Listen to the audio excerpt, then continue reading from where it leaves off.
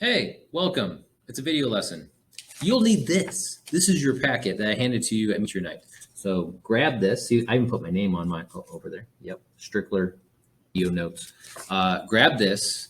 Turn to page. We'll call it 3, and we'll take some notes. I already wrote them down. You didn't see them. Turn to page 3. Let's dive in. Hey, look, a rectangle. Let's call it the universe of numbers. And in this universe, they are all real numbers. So go ahead and write down that these numbers are real. And in the universe of everything that is real, we have two main types. We have rational numbers, which is this world over here. Then we have our crazy irrational numbers over there, as we talked about in the day previous with our sane and crazy videos. Now, in the rational world, you have layers, okay? There could be even a center ring of counting numbers. I'm just leaving that out. I'm just going to start with whole numbers. But counting numbers would be your most basic, like, you start with 1, like 1, 2, 3. When you count things, you don't start with 0. But whole numbers would include 0. So 0, 1, 2, 3, and so on. The next layer up, so all these numbers are they're also whole numbers, but they are called integers. So this would include all whole numbers and their opposites. So write integers in that ring. And then this ring is just going to include some negatives. So here you would have -1, -2, -1,000, and 1, and going in that direction on the number line. Okay. So all whole numbers are integers, but not every integer is a whole number because negatives are not whole numbers. Okay. The next layer up, we have everything else that is just rational. So that would be including your fractions, 1/2, which is also 0.5. So every fraction has a decimal equivalent. So you could just write all fractions here, positive and negative. You've got some mixed numbers and different things. Any form of a fraction would work here, okay? Positive, negative, that's okay. All right, so over here we have irrational numbers. Anything that can be written as a fraction, but then of course there are different layers. In the crazy world, well, this world doesn't have to be this small. It could be, it's infinitely large, and so is this one over here. So I don't know why I made these different sizes. My bad.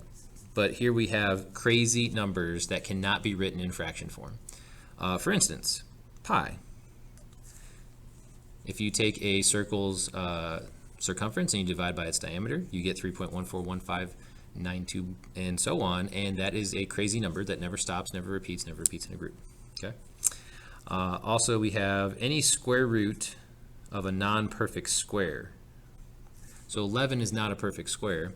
If you take the root of that, it is crazy. It's irrational. There is no square with area 11. There is no square with area 17. But if you take the square root of 16, that would be plus or minus 4. You'd fall back over into this category over here. So anytime you take the square root of a perfect square, you're rational.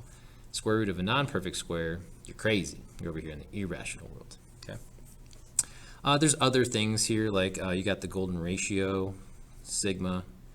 Not sure if I did that correctly. Let me go the other direction. You've got Euler's number, E. I can derive it from compound interest if I want. There's other things over here, but usually you have to use some kind of symbol to represent it, because the minute you start to write it down, like 3.14159, you have to keep going forever. We can't do that, so we have to stop or include that. So we cannot represent all of it in a fraction for sure, because it's not possible, or in this written out decimal expansion. The best you can do is write a symbol to say pi represents all that craziness. Okay. All right, so that is the universe of real numbers. Okay, now that we've been through the note-taking aspect of this, I want you to go to the website, click on the Desmos Activity, which is right there, sorting rational and irrational numbers.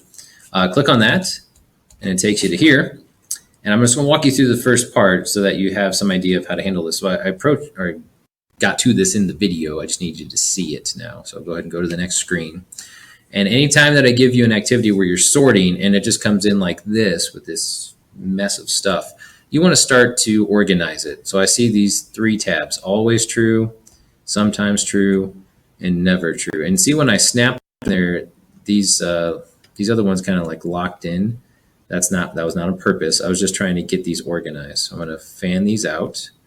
Always, sometimes, never. And you're looking for statements that fit into one of these categories based on the notes that we just took, okay? So if you have these in front of you, this should help. I'm going to do 3 of these and you can do the rest. Okay, let's pick one. Integers are negative numbers. Okay, so look at my notes and I see the integer ring, and we wrote down -1, -2, and -1000.